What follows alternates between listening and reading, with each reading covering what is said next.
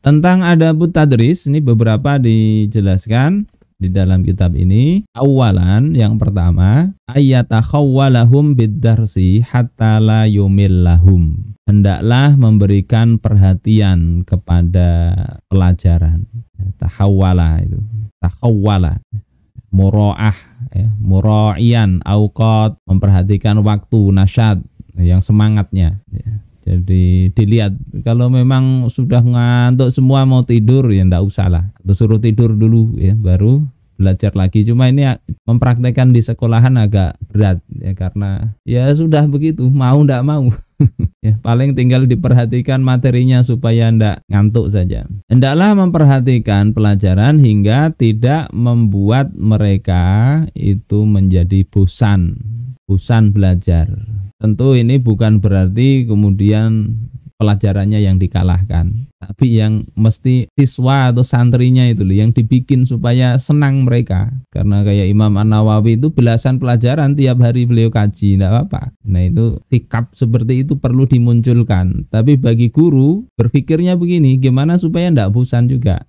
Bagi santri berpikir bagaimanapun yang diberikan mestinya tetap disenangi. An Ibnu Mas'udin radhiyallahu an, dari Ibnu Mas'ud radhiyallahu an, annahu kana yudzakiru kulla yaumi khamis. Bahwasanya beliau ya, Sayyidina Abdullah bin Mas'ud itu senantiasa memberikan pelajaran setiap hari Kamis, ngajari orang.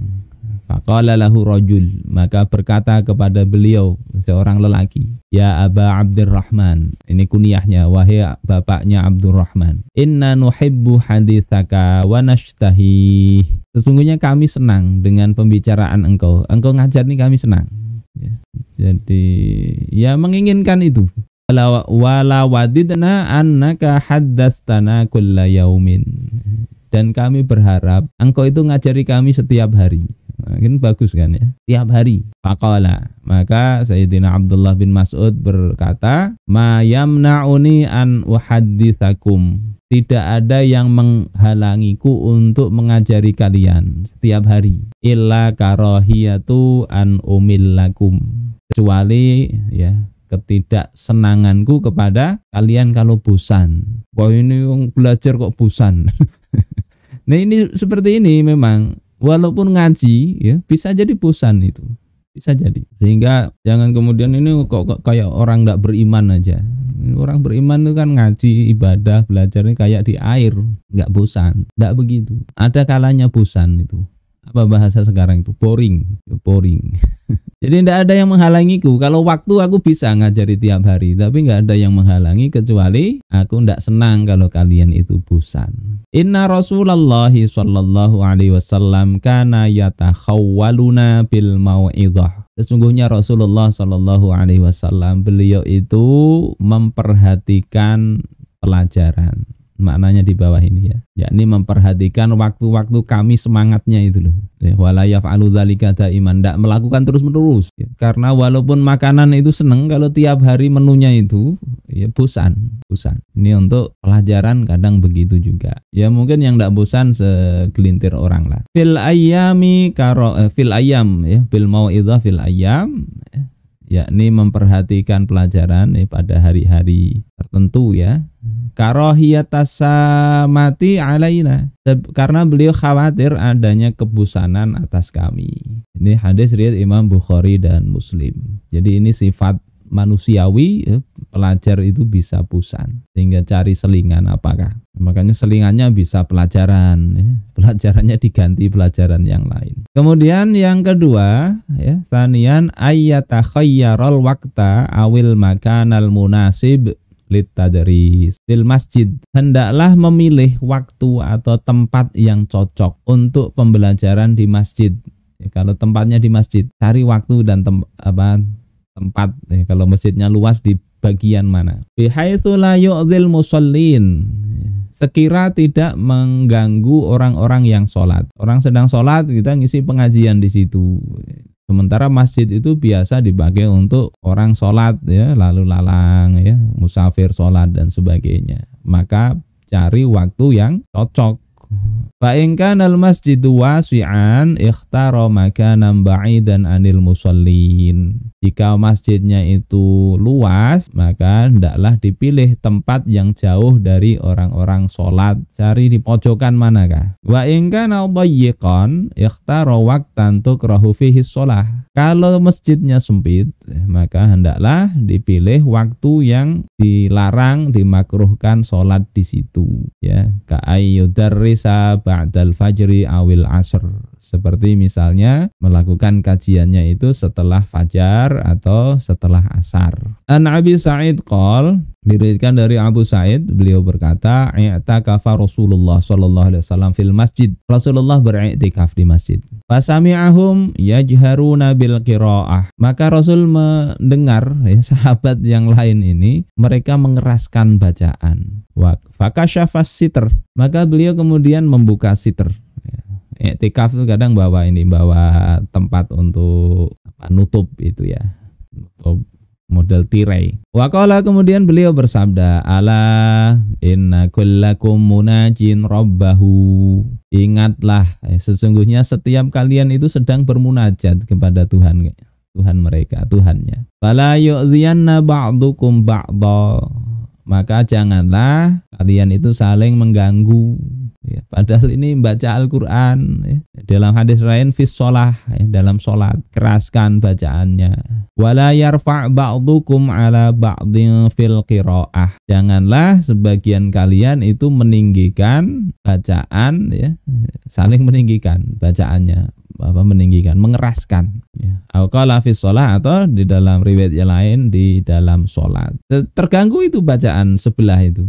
Kan terganggu itu karena bukti dia tidak khusyuk. Tidak begitu. Nabi aja enggak kemudian mengatakan begitu. Orang sholat itu ketika ditegur ya tetap mendengar dia. Enggak kemudian ditegur ada bom enggak dengar, enggak begitu. Itu bukan orang sholat tapi orang tuli, enggak dengar. Jadi ini Rasulullah melarang. Kalau di dalam sholat saja enggak boleh ya mengganggu yang lain. Ini sebetulnya di masjid juga perlu diperhatikan. Kalau kita di masjid yang setelah sholat itu ada wirid jahar ya, kalau ada masih banyak orang sholat itu ya bagusnya jangan jahar, ganggu yang masih sholat, pelanin dulu. Apalagi kalau melakukan kajian sementara masih ada orang sholat. Nah yang sholat ini juga sadar-sadar lah.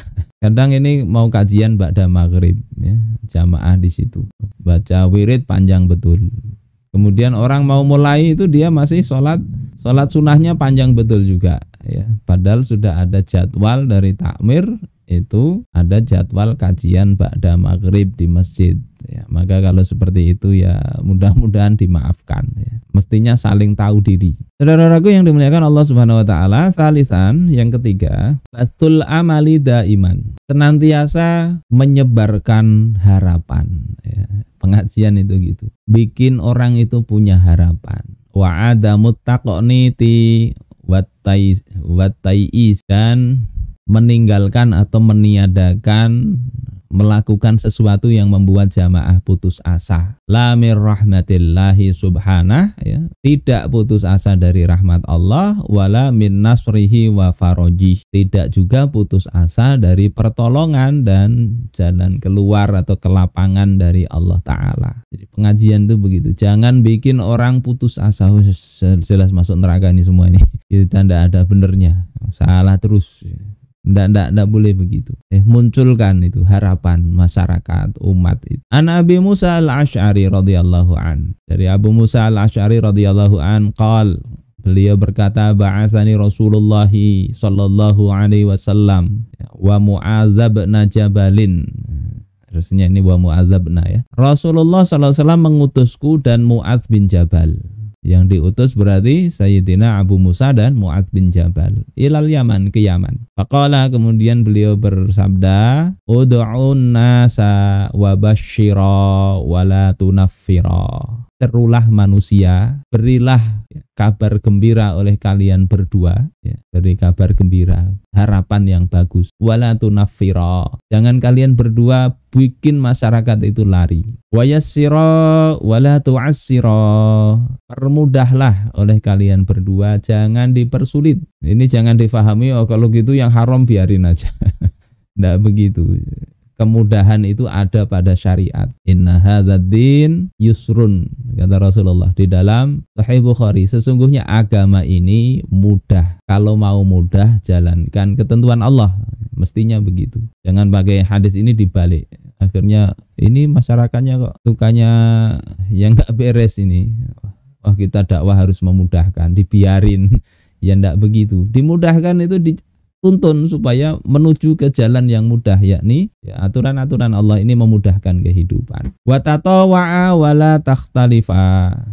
Patuhlah kalian berdua, janganlah berselisih. Ini hadis riwayat Imam Bukhari dan Muslim. Kemudian dari Jundub anna Rasulullah sallallahu alaihi wasallam, ya, bahwasanya Rasulullah sallallahu alaihi wasallam haddatsa anna rajulan, beliau menceritakan bahwasanya ada seorang lelaki qala, berkata, wallahi la yaghfirullahu li fulan, demi Allah tidak akan mengampuni si fulan.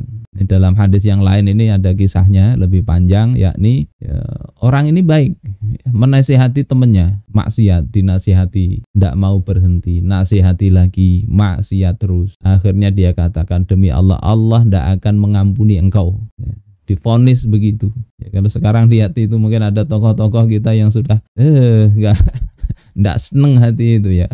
Omongannya bikin merah telinga, tidak karu-karuan itu. Nah, jangan juga kita katakan Allah tidak akan ampuni dia, jangan ngomong begitu. Ya. Wa innallaha ta'ala qal.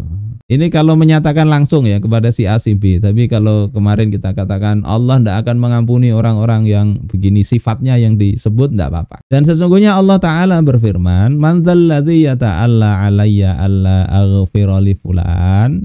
Siapa orang yang mengatakan aku nggak akan mengampuni si fulan?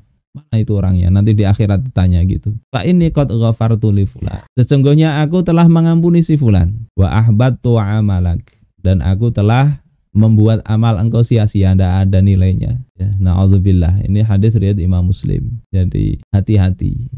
Kita kadang orang berbuat taat itu ya, kata Imam Ibnu Athaillah, lebih perlu kasih sayang Allah tadi, supaya dijaga itu hati itu, dijaga ucapan. Bisa jadi ini amal sia-sia, amal soleh, gara-gara tadi merasa tinggi hati, merasa bahwasanya oh ini si A ini jelek, tidak akan diampuni Allah. Ini adab berbicara gara-gara ucapan. Kemudian wabathul amal yakunu bima yuqni'ul mukhatab.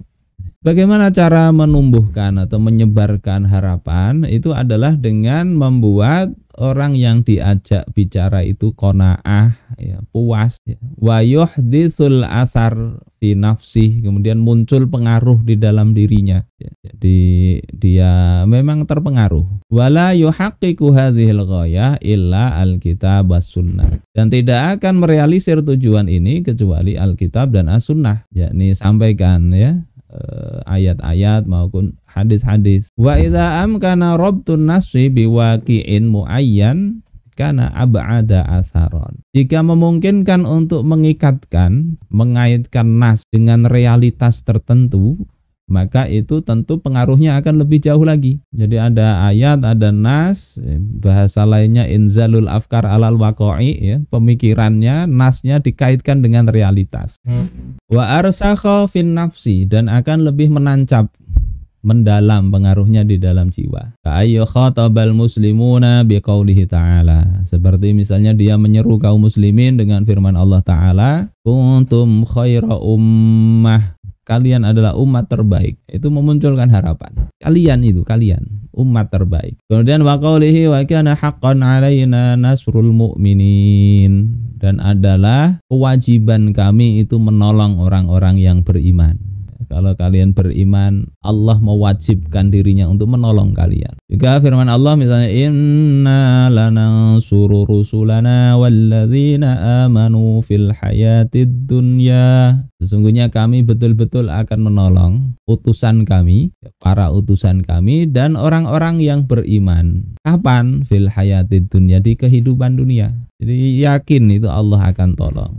Atau wa'adallahu alladhina amanu minkum wa 'amilus solihati la yastakhlifannahum fil ard. Allah berjanji kepada orang yang beriman di antara kalian dan beramal soleh, betul-betul akan menjadikan mereka itu berkuasa kembali di bumi. Seperti firman Allah juga, wazkuru idh antum qalilum mustad'afuna fil ardi takhafuna ayyatakhattafakumun nasu fa'awakum wa ayyadakum binasrih. Ingatlah ketika kalian itu sedikit mustad'afun, ditindas di muka bumi, kalian takut kepada manusia, kemudian Allah kuatkan kalian dengan pertolongannya. Di dalam kita lihat, ingatlah sejarah Rasulullah Shallallahu Alaihi Wasallam, kaum muslimin sedikit 300-an menghadapi pasukan 1000-an, senjatanya lebih lengkap, pasukannya terlatih. Kemudian perang Uhud juga begitu, 700 menghadapi 3000. Jadi sedikit-sedikit kaum muslimin. Nah, sekarang ini kondisinya kadang terbalik. Kaum muslimin banyak menghadapi yang sedikit lemah. Kita kalah, tidak mungkin, dan seterusnya. Ya Allah, ini perlu dikasih harapan, kuatkan keimanannya. Sedangkan hadis itu juga banyak yang memberi kabar gembira. Misalnya hadis-hadis tentang misalnya ummati kal mator. Umatku itu seperti hujan. La yudra awwaluhu khairun am akhiruh. Tidak diketahui yang paling bagus ini awalnya atau akhirnya. Nah, ini memberikan harapan bahwasanya umat akhir zaman itu juga ada yang bagus kok. Jangan kemudian pakai hadis yang khairul quruni qarni, sebaik-baik masa-masaku, kemudian setelah kemudian ada hadis setiap masa itu selalu tambah jelek. Nah, yaitu ada riwayat tapi kita lihat penjelasan ahli hadis tidak kemudian menafikan adanya kebaikan di akhir. Sampaikan hadis seperti ini, umatku itu seperti hujan, tidak diketahui yang lebih baik awalnya kah akhirnya kah. Atau misalnya hadis riwayat Imam Muslim ini, wahan li ikhwani. Ini hadisnya cukup panjang, ringkasnya ini Rasulullah mengatakan, aku rindu kepada saudara-saudaraku. Sahabat kan kemudian bingung, siapa saudara-saudaranya Rasulullah ini? Kami saudara engkau juga ya Rasulullah.